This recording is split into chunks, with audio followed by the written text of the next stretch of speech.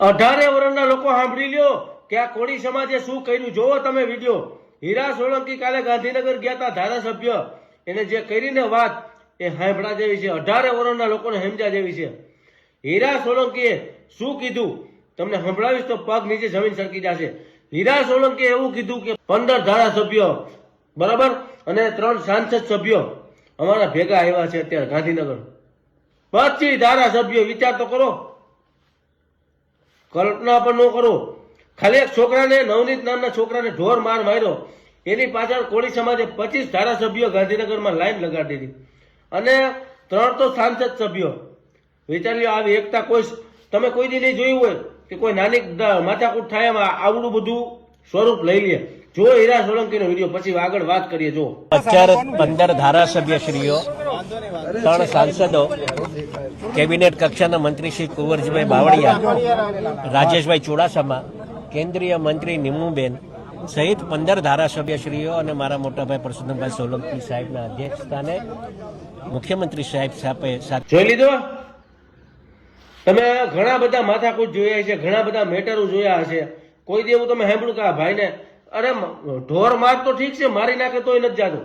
અને આ વિડીયોના માધ્યમથી એક બીજી વાત કહી દઉં કે ભાવનગરમાં ગઈકાલે કોળી યુવકની હત્યા પણ થઈ ગઈ છે.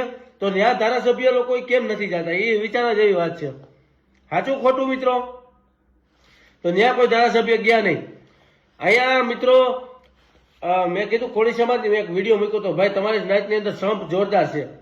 પણ મિત્રો સંપની પાછળ એક કારણ પણ છે, એ કોઈને નથી ખબર મિત્રો. કે જયરાજ આહિર હમણાં માયાભાઈનો દીકરોને ટિકિટ મળવાની હતી બરાબર. થોડાક દિવસ પહેલા રિસેન્ટલી તમે જોયું છે કે માયાભાઈ આહિર મોદી સાહેબને મળવા ગયા હતા.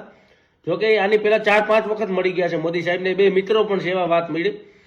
જયરાજને ટિકિટ મળવાની હતી તળાજા બોરડા બાજુની, ધારાસભ્ય MLA ની.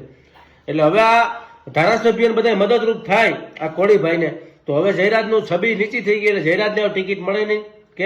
કેમ કે જયરાજને કોળી સમાજ જ વધારે પ્રેમ કરતો. કેમ કે એ બાજુ કોળી સમાજનો બહુ વધારે એરિયો છે, ત્યાં કોળી લોકો બહુ છે એમ.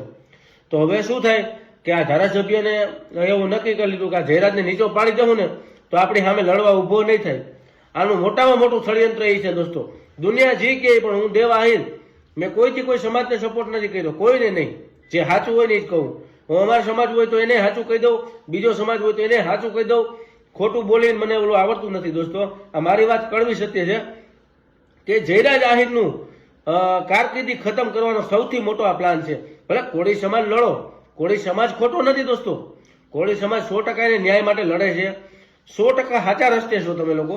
પણ તમે તમે ખુદ વિચાર કરી લો મગજમાં કે નાનકડી બાકાજી કી બોલતી હોય. નાના તો ઠીક છે, મોટા મોટા મર્ડર થઈ જાય. ત્યાં કોઈ ધારાસભ્ય ગયો એવું જોયું?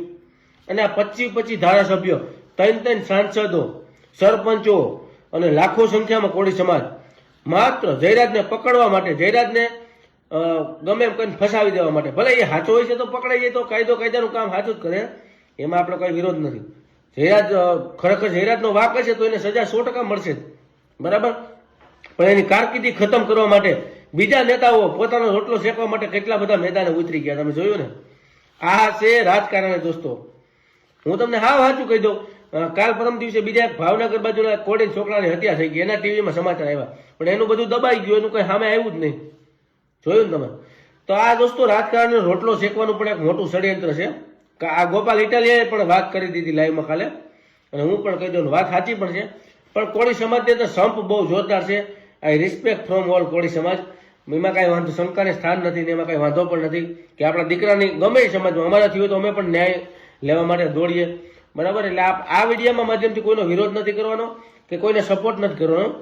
પણ આ એક વસ્તુ જોયા જેવી છે કે રાજકારણીઓ પોતાનો રોટલો તો શેકી જ લે ગમે ત્યાં, અને શેકવા માટેનું ષડયંત્ર છે મોટું. થોડાક બધા સમજો કે નાતી વિવાદ ના કરતા, કારણ કે કાલ સવારે કોળી આહિર પાછા ભેગા રખડતા હશે. આમાં સમાજને કાંઈ વાંધો નથી, વ્યક્તિ દીઠ માથાકૂટ થઈ છે.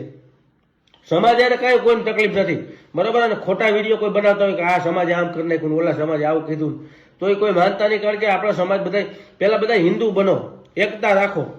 જય હિન્દ, જય માતાજી.